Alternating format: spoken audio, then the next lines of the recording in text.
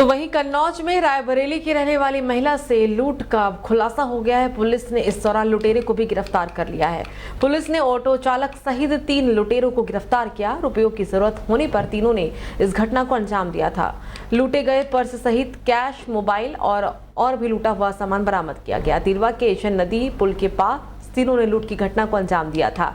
SOG और तिरवा कोतवाली police को बड़ी कामयाबी मिली और उसी के तहत इन सभी आरोपियों को गिरफ्तार कर लिया गया। इसमें विनय जो है वो ऑटो चालक है।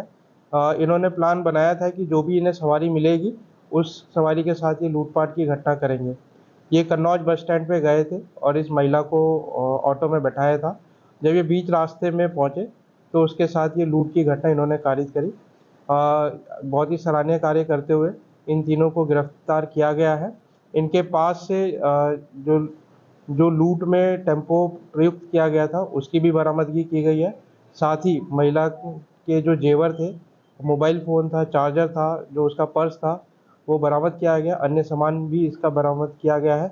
इसके अलावा 2285 रुपये नगद रुपये की भी बरामदगी की गई है। आज इन तीनों को गिरफ्तार करके जेल भेजा जा रहा है। इससे पहले भी काम करते रहे हैं क्या? इनसे अभी पूछताछ की गई है। अभी तक कोई पूर्व आपराधिक इतिहास प्रकाश में नहीं आया है। विवेचना प्रचलित है। जो भी अन्य तथ्य आएंगे उनसे अवगत कराए जाएंगे। तो वहीं नोएडा के सेक्टर 26 में एक मकान में भीषण आग लग गई और इसकी वजह से मकान में रखा लाखों का सामान जलकर पूरी तरह से राख हो गया। तुरंत सूचना फायर विभाग की यूनिट को दी गई। फायर विभाग की 3 गाड़ियां मौके पर पहुंची और कड़ी मशक्कत के बाद आग पर काबू पा लिया गया। आग लगने का कारण हालांकि अभी कोई स्पष्ट नहीं हो पाया है। फिलहाल आग लगने से कोई जनहानि की सूचना नहीं है, लेकिन इससे लाखों का सामान जलकर राख हो चुका है। सेक्टर 20 क्षेत्र की पूरी घटना बताई जा रही है।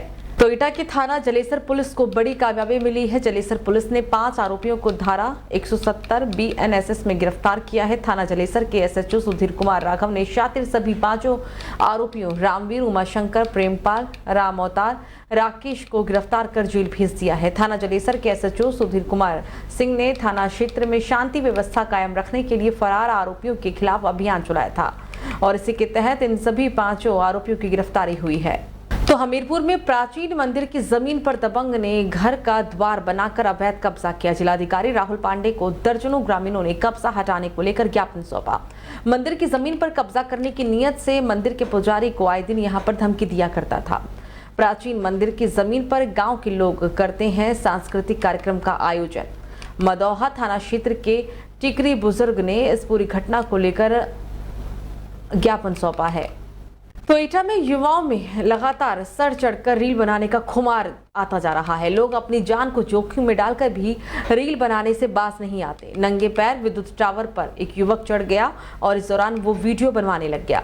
युवक का बिजली लट्ठे पर रील बनाते हुए अब सोशल मीडिया पर एक वीडियो तेजी से वायरल हो रहा है। बताया जा रहा है युवक का नाम विष्णु है, जो टावर पर चढ़कर अपनी जान जोखिम में डालकर रील बनवा रहा था। थाना सकीट क्षेत्र के मोहल्ला काजी का रहने वाला है युवक विष्णु। सकीट थाना क्षेत्र के कस्बा सकीट के नौरंगाबाद से होकर निकली है ये लाइन। तो वहीं चित्रकूट में पिस्टल चलने से 2 इंस्पेक्टर को गोली लग गई। पुलिस अधीक्षक के साथ भारी पुलिस बल मौजूद रहा। चित्रकूट जिले के पहाड़ी थाना क्षेत्र में DIG के निरीक्षण होने से पहले पिस्टल से गोली चली और ये गोली इंस्पेक्टर को लग गई। दोनों को घायल अवस्था में जिला अस्पताल सोनपुर में भर्ती कराया गया। मौके पर DIG पुलिस अधीक्षक के साथ भारी पुलिस बल भी मौजूद था। थाना पहाड़ी में पिस्टल खोलने के अभ्यास के दौरान ही ये हादसा हुआ था। आज थाना पहाड़ी जनपद चित्रकूट का अपराह्न 3 बजे से मुआयना होना था। 1:30 बजे के आसपास 2 उपनिरीक्षक सुरेश बहादुर सिंह और ननकऊ, ये लोग पिस्टल खोलने जोड़ने का अभ्यास कर रहे थे। उसी बीच पिस्टल चल गई, जिससे ननकऊ के हथेली में चोट आई और रिकोचिट होकर के वही गोली सुरेंद्र बहादुर को लगी है पेट में, जिसका पेट और पीठ दोनों में एंट्री एग्जिट मौजूद है। तत्काल CSC पहाड़ी ले जाया गया, जहां डॉक्टरों ने बताया खतरे के बाहर है। एक्सरे भी किया, लेकिन फिर भी उन्होंने कहा डिजिटल एक्सरे के लिए जिला अस्पताल ले जाएं। यहाँ डिजिटल एक्सरे भी करा लिया गया।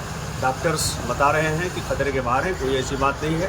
फिर भी हम एहतियातन उन्हें प्रयागराज में भी ले जाएंगे और इससे बेहतर उपचार कराएंगे।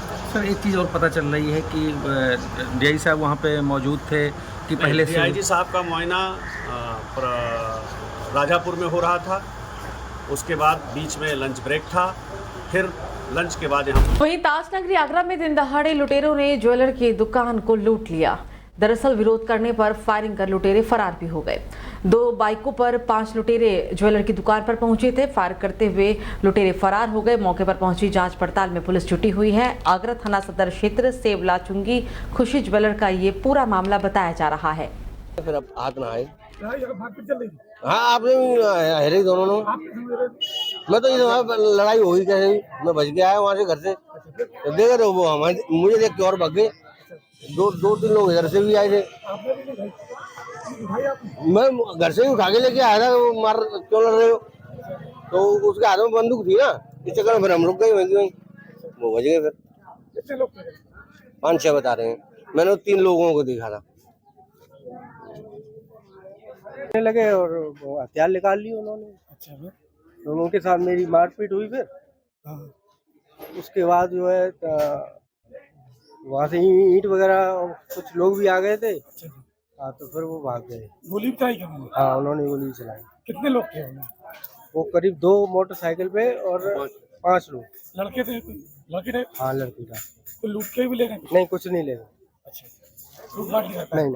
तो वहीं फर्रुखाबाद में सुबह लगातार तेज बारिश हुई और उसकी वजह से कमालगंज थाना क्षेत्र के ग्राम अमानाबाद में एक कच्चे घर की दीवार भर कर गिर गई, जिसमें मकान मालिक सुरेंद्र के 8 साल का बेटा और 6 साल की बेटी सुरभि मलबे में दब गए। अचानक हुई घटना के बाद गांव में हड़कंप मच गया। ग्रामीणों ने मालवे को हटाकर दोनों ही बच्चों को बाहर निकाला। आनन फानन में दोनों घायल बच्चों को सीएससी कमालगंज में भर्ती कराया गया। प्राथमिक उपचार के बाद घायल बच्ची सुरभि की हालत सही है, तो वहीं घायल किशोर रोहन की हालत बिगड़ने पर उसे जिला अस्पताल लोहिया रेफर कर दिया गया है। थाना कमालगंज क्षेत्र के ग्राम अमानाबाद का पूरा मामला बताया जा रहा है। मकान कच्चा था, वो पहले से नीचे से गिर रहा था, तो कहीं कि गिरेगा, पानी आ गया जोर से। बच्चे हमारे पास लेटे थे, हमारे पास से उठ के गए, वो दीवार गिरी, उसी में दब गए। कितने बच्चे दबे? 2, एक जे खड़ी एक वो है। बच्चे दबे, एक तो विनोद हो गया, एक दिन निकाल लिया। मतलब अभी तक कोई आवाज नहीं मिला आपको? कोई भी आवाज नहीं मिला है। कौन से गांव रहते हो? अमानाबाद। अमानाबाद।